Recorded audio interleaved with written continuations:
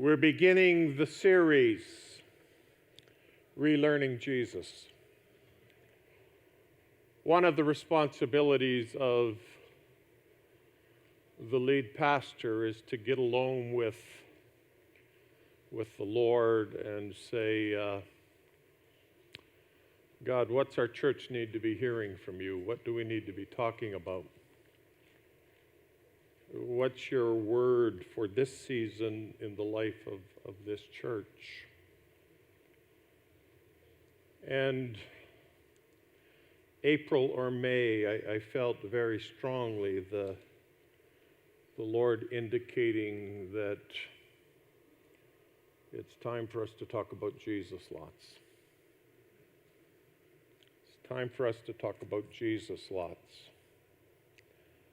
And so we're going to spend the next 4 months in 13 or 14 sermons, teaching times, looking at Jesus, relearning Jesus. 2 Corinthians chapter 11 and verse 3 says, I am afraid that as the serpent deceived Eve by his craftiness, your minds will be led astray from the simplicity and purity of devotion to Christ. And there's so many voices out there trying to make so many things important that perhaps we have drifted from something that's supposed to be very simple in our lives. And we need to return as believers to the purity of devotion to Christ. We need to know Jesus better. We need to love Jesus more. We need to understand him better. We need this return to the simplicity of the message of Christ. So we're going to do it in a very specific way until Christmas. We're going to look at 13 or 14 stories from the life of Jesus. We're not going to be looking at a bunch of red letters that he wrote and what he had to say. We're going to explore the depths of what Jesus did,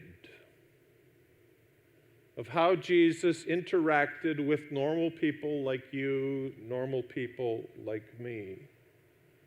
Who is this Jesus that we love but need to get to love him even a little bit better?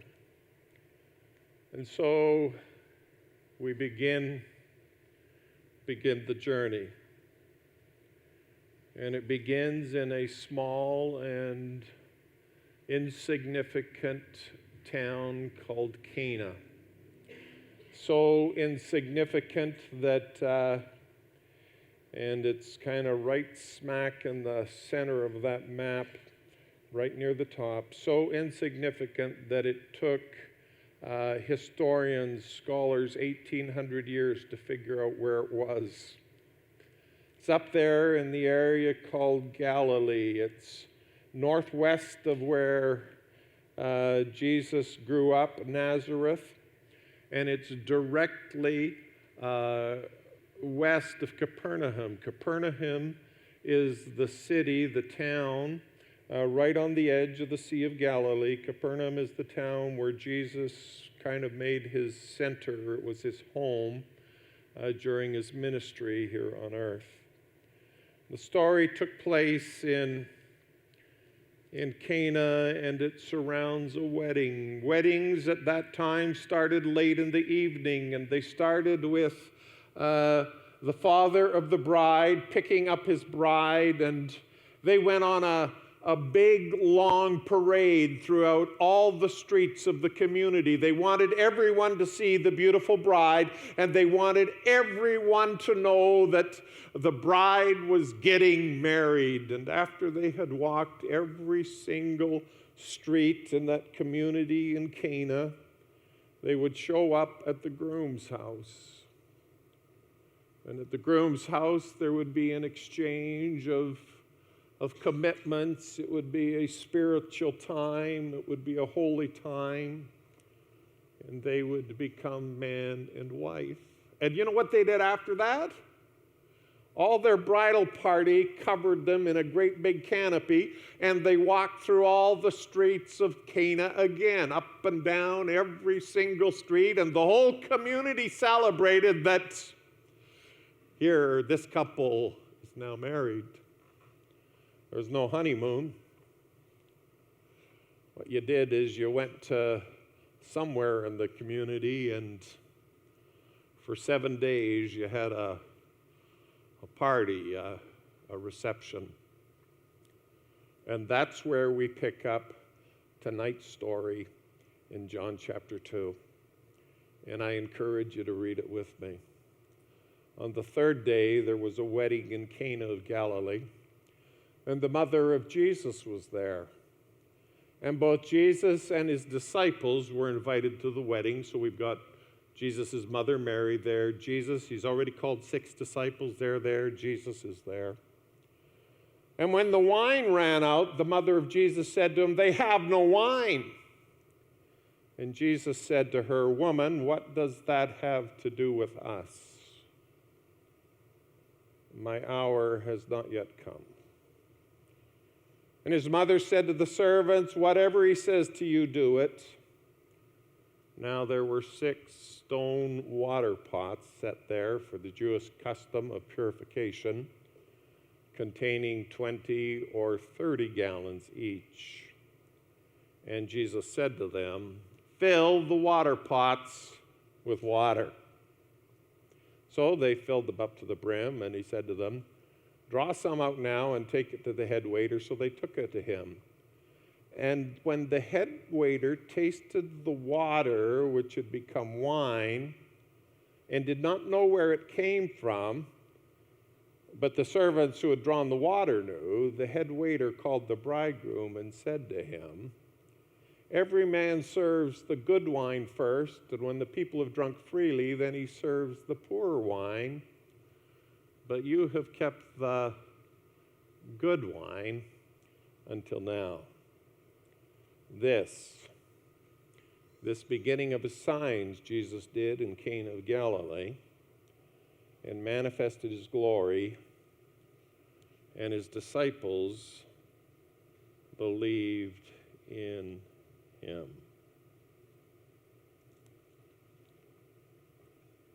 I want us to relearn Jesus over the next 4 months. And I want to point out 4 things from this story I think that are really important for us to understand. And the first thing is that Jesus didn't let relationships hold him back. Jesus didn't let relationships hold him back. At this wedding in this small, insignificant community of Cana, and his mom is there. The last 13 years, it's estimated Mary was at the most 17 when Jesus was born. Jesus is now 30. The last 13 years have been very difficult for Mary. There was rumors out there that Joseph wasn't the father of Jesus. She was the victim of a lot of unkind comments. And now she's at this wedding, and she sees an opportunity here for maybe Jesus to do something special and clear up her name a little bit. And so she comes up to Jesus and she says, because the wine had run out, obviously she was in some kind of a position of authority at this wedding. Maybe she was the wedding planner, because she was worried that there was no wine, And secondly, when she said to the servants, "Go do this," they went and did it. There was some kind of authority there. And she gets concerned that they're running out of wine, and she says to Jesus, "They have no wine." And Jesus says to her, "Woman, what does that have to do with us?" It's quite a way to talk to your mother. "Woman, what does that have to do with us?"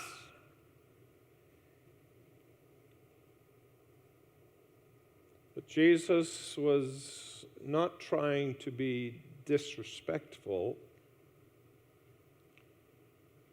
as much as he was trying to make a point to Mary. And the point was, "Mom, you understand what I'm all about. You know what happened. Others have ridiculed you for it. But I come from another place. I have another Father. And I don't get my directions about what to do and what not to do from you. What's it got to do with us? You're not the one I get my instructions from. I have a different Lord. I have a different Master. And my relationships with you, I love you, Mom. I care about you, Mom. But my relationship with you is not the one that is going to control me in life. You will see as you study the stories of Jesus that he did not let relationships control him. He could have just as easily said, "Yeah, Mom, I'll get right on it." Because that's what he was going to do. He was going to get right on it. Could have said that. But he wanted it to be clear to Mom that she wasn't the voice he got his direction and instructions from. I think there's a lesson here for us. I hear people say things like this quite often. Well, Pastor,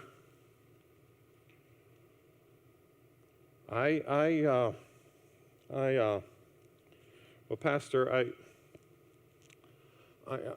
I just don't want to offend anyone, Pastor.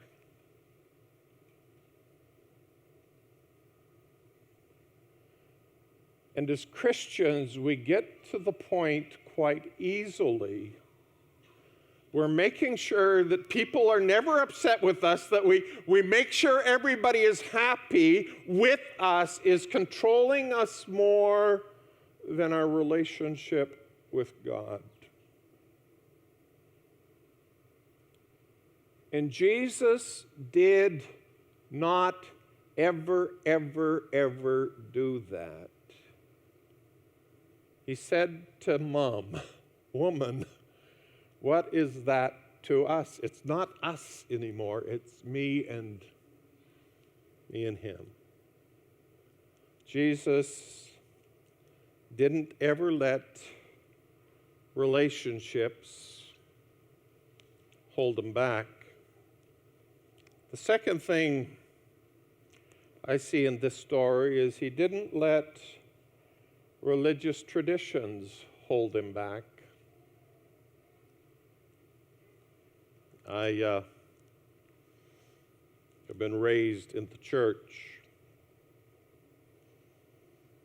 I have been raised in Pentecostalism.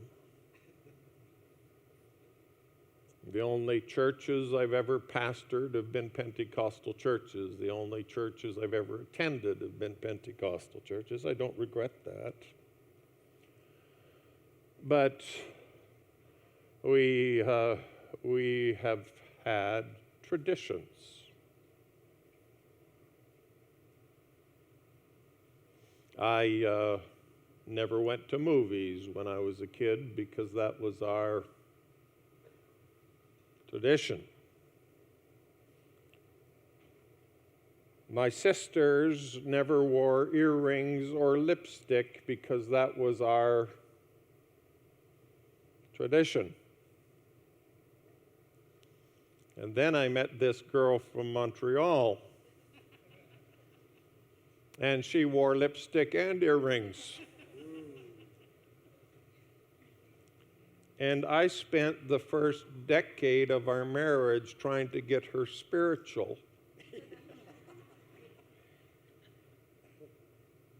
Because the tradition to me was a measurement of godliness. Now, the good news, friends, is I'm a lot smarter and a lot wiser than the guy Donna had to put up with for the first decade of our marriage.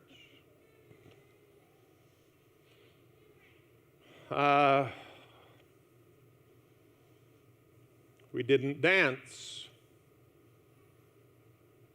And I'm not sure that has hurt me anywhere except in church services where I wish my feet would move a little easier sometimes. But I knew dancing had to be really, really bad because every time there was dance at school, I had to go sit in front of the principal's office and do extra math. And I figure if dancing was worse than math, it had to be really bad. We didn't wear lipstick or earrings. We didn't dance. We didn't go to movies. We were total abstainers. And I don't think that's hurt me either. And Jesus shows up at this wedding in Cana. And his mom comes up to him and says, they're out of wine. We don't know if that was the 5th day of the wedding celebrations or the 3rd day of the wedding celebrations or the last day of the wedding celebrations, but they were out of wine. And Jesus looks around and he sees verse 6 stone water pots that were used for the Jewish custom of purification, and each of them held 20 to 30 gallons of water. So we're probably dealing with 150 gallons of water potentially here at least. So this is how this worked. It was really important to Jewish people to be clean. So when they were entering the wedding party, there were people designated at the entrance to make sure everybody was clean. And they would take water from these water pots and they would pour them over people's hands, and then they would raise their hands like this. And if the water didn't roll down to at least their wrists, they had to do it again because their whole hand had to be thoroughly cleaned if they were going to go be a part of the party. And Edersheim says, now I've got Edersheim in my library, Alfred Edersheim. It's probably the second fattest book in my library. When I was young in the ministry, I used to read it a lot, and now I'm too weak to pull it out of the shelf. But when I used to pull it out, what he told me about these water pots is they were very sacred water pots. And they were never, ever used for anything other than cleansing people's hands when they were going into a situation that was sacred and holy, or they were about to eat. They were never used for anything other than cleansing. They didn't want these pots to be defiled in any way. They did not want these pots to change color in any way. And Jesus says, and he's just getting started, and this is the first time people find out that he's more than a carpenter's son. He says, take those religious water pots, those things you use as part of your worship and part of your holiness, and go fill them with water. And the water turns into wine. I am told that that comes to the 6 pots of them to 2,800 8-ounce cups of wine. Now, if you were an Anglican, that would make you happy. And if you were a Presbyterian, that would probably make you happy. But if you're a Pentecostal, that bothers you. But nonetheless, it happened. And it wouldn't have happened, this original first sign of the glory of Christ. It wouldn't have happened if Jesus had been controlled by the traditions of his time.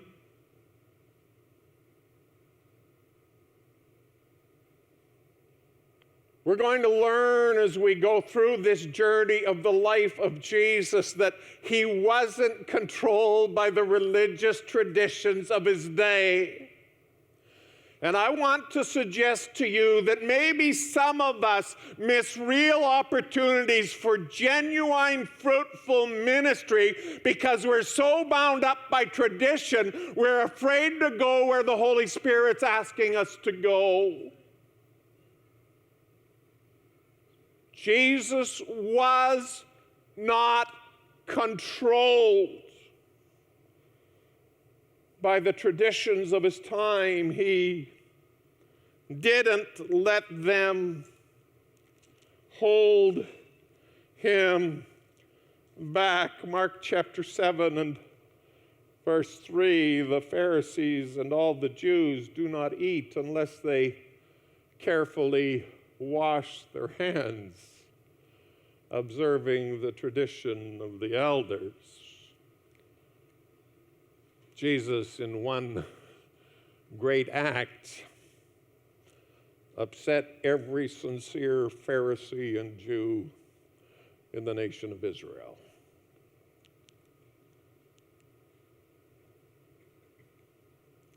Third thing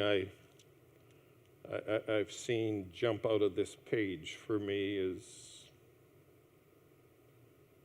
Jesus responded in love to the needs around him.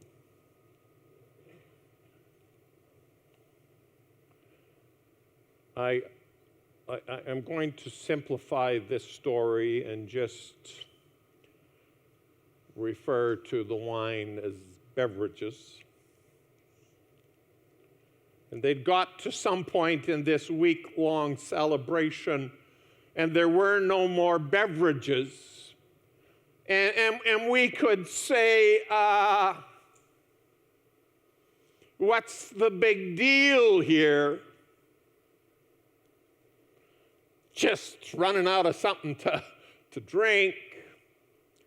But in the culture of the day, to put on a week-long party for your daughter, and in the middle of it, run out of stuff for your guests, it could ruin a family's reputation. And Jesus understood the culture, and Jesus understood the potential embarrassment for this family, for this dad and for this mom.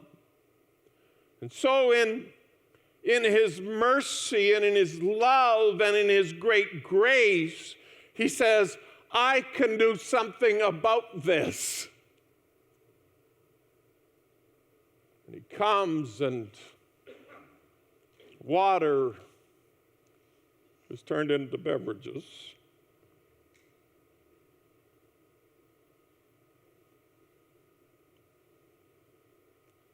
Disaster at a wedding to run out of wine. It's like McDonald's running out of hamburgers. It's like Bonanza running out of food. I mean, this was supposed to be party time. This was supposed to be festive time. And in the middle, there's nothing more to drink. And we see Jesus come, and Jesus, in kindness and in compassion, meets the need that was right in front of him. And sometimes we make the mistake in our lives, and sometimes when we're trying to be Jesus in Saskatoon, North Saskatoon and beyond, sometimes when we're trying to be Jesus, we think he only cares about really big things, really significant things. But this was just a wedding where they ran out of beverages, but Jesus said, I have the power, I have the capacity to do something about this, and in love, he reached out and made it happen. That's the Jesus we serve. Temptation. When we read this story,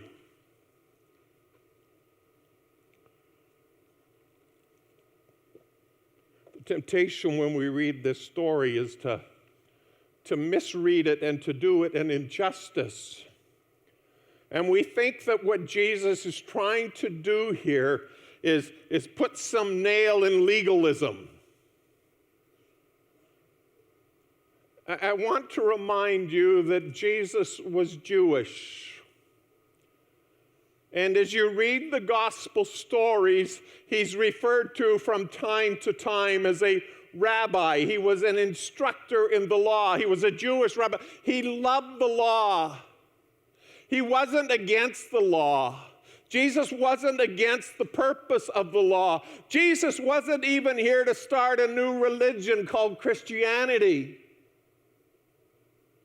What Jesus was doing here was he was demonstrating the heart of God towards people. He was demonstrating that people mattered. Talked about it often. He said, are you guys so silly as if one of your sheep fall into a pit on a Sunday? You just leave it there to suffer because you can't work on it? Are you so silly to think that the rule about keeping the Sabbath is more important than looking after your herd? He said, you guys worry about everything's going to be okay. Haven't you looked at nature and how God looks after the birds of the air and they always have enough food? God cares about you. God cares about you so much that he knows the exact number of hairs on your head. And that creates an accounting nightmare for him, for some of us, more than for others. But he cares. He cares. And the issue here was that people mattered. And people mattered more than even keeping the tradition of the day about water pots. There was a need there. And here is where we get messed up too. Sometimes we think that we as people were made for the law. And the reason we're here is to keep all the laws. Any law God has made has been made for our benefit, for things to be good for us. And if there's ever a time when that is not what's really happening, the sheep are caught in a ditch, you don't keep the law, you go with the need. Jesus was deeply moved with compassion for people. He cared about people, even little things like there's not enough beverage at the wedding reception. And the fourth thing that sticks out in this story for me is he used what was available. He used what was available. He did it with few loaves and few fishes when there was a multitude to feed. He used what was available, and here he looked around And he knew the smart thing to do if he was going to keep the church people happy would be to kind of figure out how to do that without using those pots. But the pots were what was available. And he used what was available. And he took those religious, spiritual, cleansing, purifying pots. And he made beverages out of them. Used what he had. And God hasn't changed. God hasn't changed. God is still using what's available to him. Every one of us in this sanctuary this evening has a measure of ability. Our abilities are different than each other's abilities. I was listening in on a conversation Pastor Barry was having this morning about a neighbor who was asking him to do all kinds of handy things. I never get asked to help with handy things. And I found that to come in rather handy for me at times. I don't have those abilities. But I have some abilities in some areas.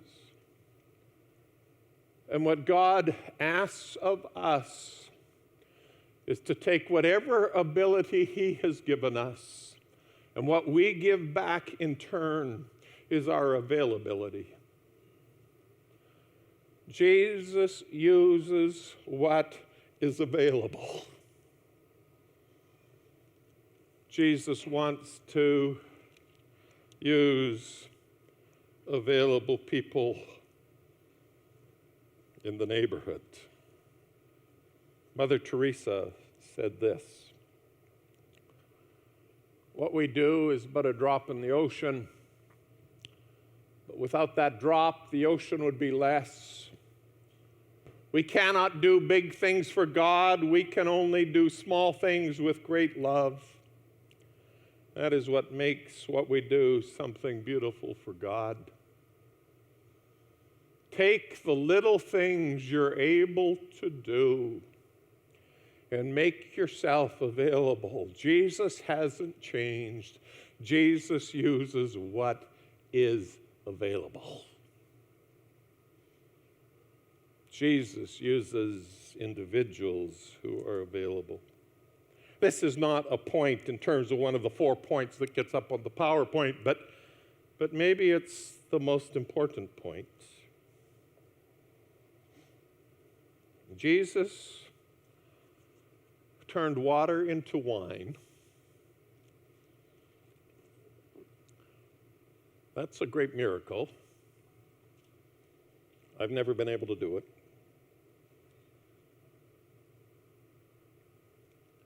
But the amazing part of this story to me is that absolutely nobody knew about it except the disciples who saw the water being poured. They knew it was water that they'd poured in there. They didn't make some big announcement. You see what Jesus did? That wasn't the conversation taking place at the Cana at all. The wedding. The only conversation that was taking place was, wow, this is a really different wedding reception. Most weddings, they start off with the good stuff, and when everybody's good and drunk, they move to the junk. But at this wedding, they started off with the poorer stuff, and they're ending it with the best tasting stuff. That was the only conversation. The conversation at the wedding, the marriage in Cana, was not, look what Jesus had done. One of the things you'll discover in Jesus' life and ministry is that everything he did so the Father would be glorified. And he didn't do anything to get recognition or attention for himself. And I think too often we miss that most important thing about our Jesus. It was not about him. It was not about him and Mom. It was about the Father and what the Father wanted and the Father being glorified. And thus begins what this story calls the glorification of Jesus.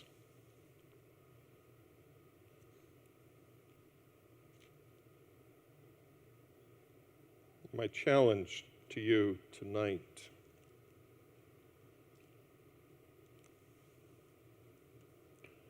is this: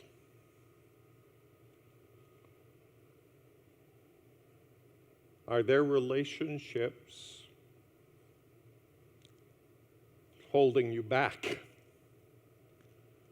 Are you afraid to dive into pursuing God with all of your heart because you're not sure what Mom would think? I'm afraid to get too excited about really being on fire for God because a couple guys at work might make fun of me in the lunchroom.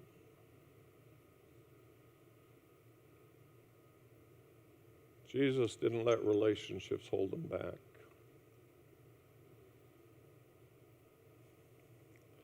Jesus didn't let religious traditions hold him back.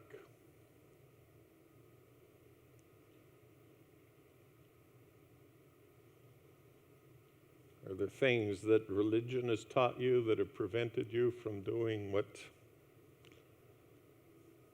God has asked you to do at times? Don't let it happen.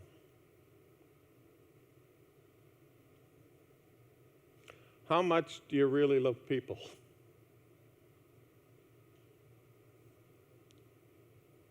How much do you really love people?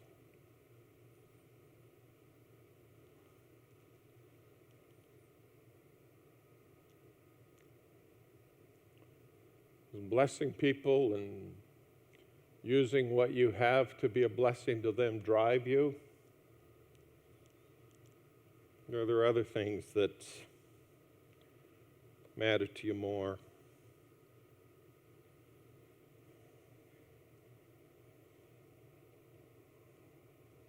"15, 20 years ago, the popular saying that was floating around was, "What would Jesus do?" I think the best way we discover what Jesus would do is by looking at what Jesus did.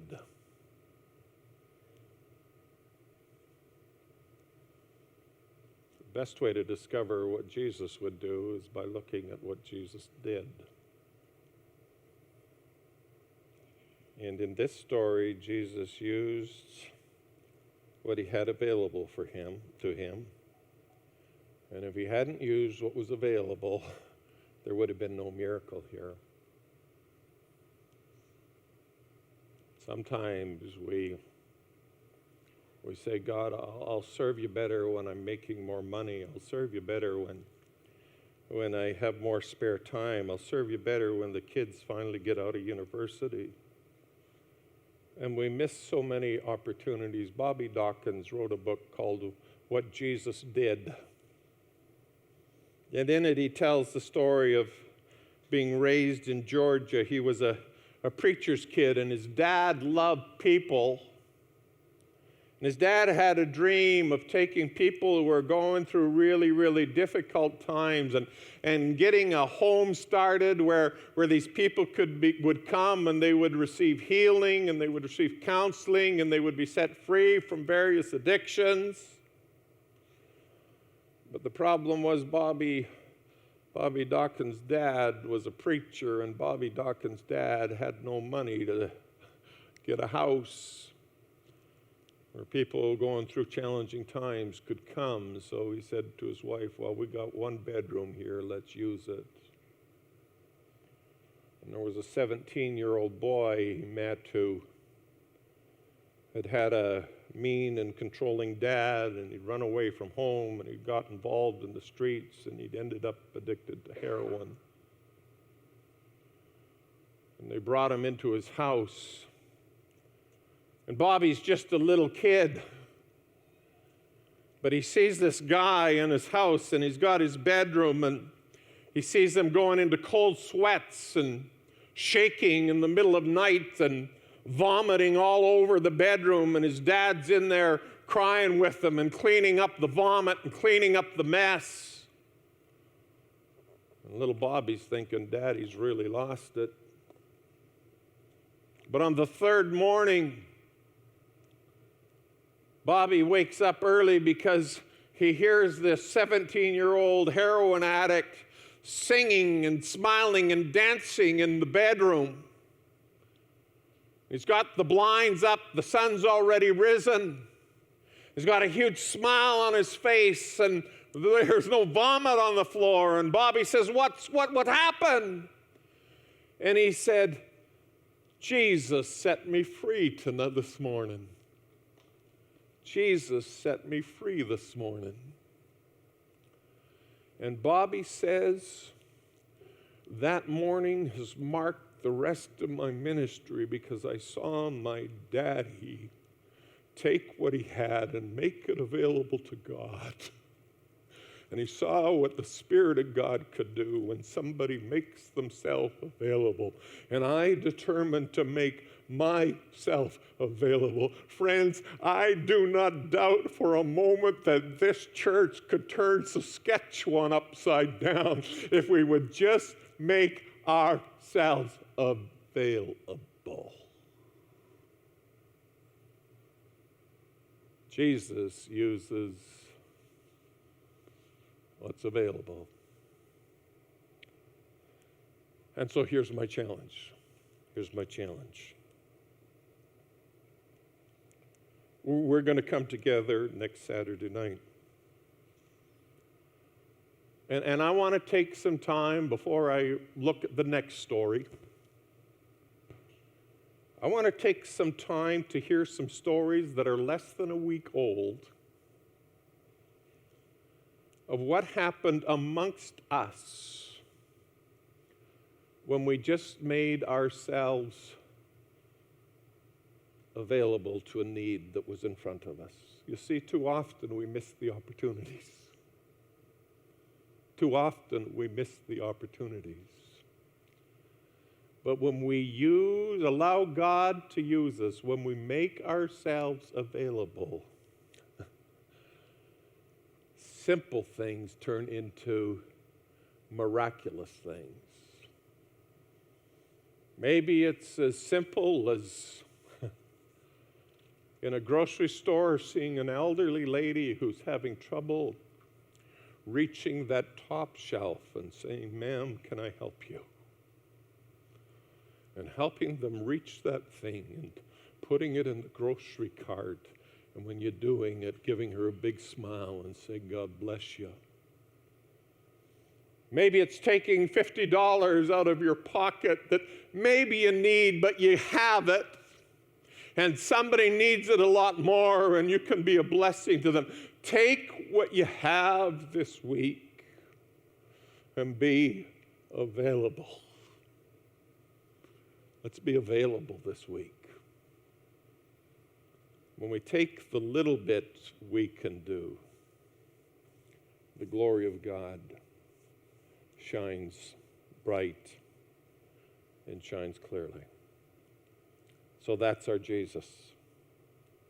First story. He didn't let relationships hold him back.